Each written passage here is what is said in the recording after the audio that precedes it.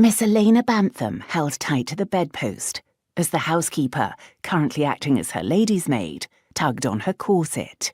It wasn't as if Elaina wasn't already too tall for society's standards, but she also had curves that needed to be squeezed into submission.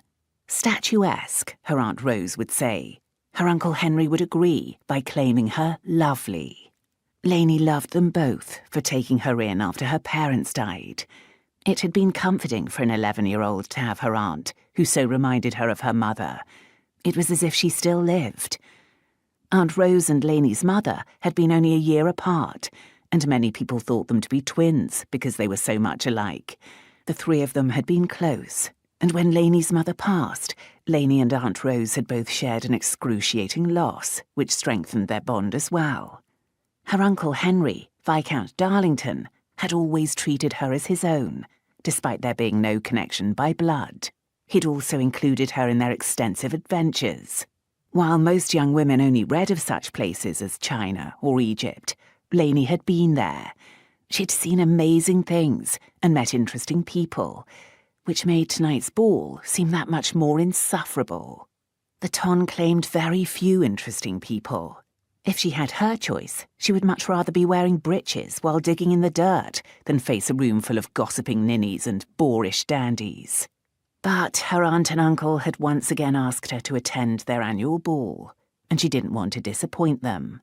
It wouldn't be the jungles of the Amazon that made her sweat, or being chased by a baboon that made her heart race tonight. It would be a ballroom stuffed with people who would cause her plenty of discomfort this evening. Lainey remembered all too well the failure that had been her come-out, and the person who had ruined all her dreams of a happy ever after, and she was sure he would be in attendance tonight. "Look at you!" Aunt Rose startled Lainey as she glided into the room. "So statuesque.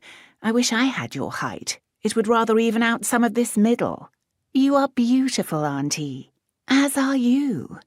We women spend too much time wishing for attributes we don't have, all while the ones who do have them often find them a bother. It is the curse of being a woman, I suppose." She fussed with Lainey's red blonde curls that had been fashioned by her ears and cocked her head. "Apparently these are all the rage this season.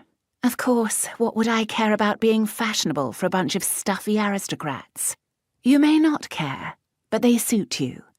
She tilted her head the other direction, and Lainey knew what she would say next before she opened her mouth to speak. "This might be the year the right man finally notices what a catch you are and sweeps you off your feet." Lainey refrained from sighing.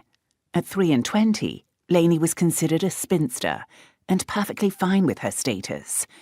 Men didn't like women who were taller than them, which meant Lainey's 5 feet 10 inches frightened off the majority of the men in attendance. Her unfashionable hair and freckles didn't help matters either.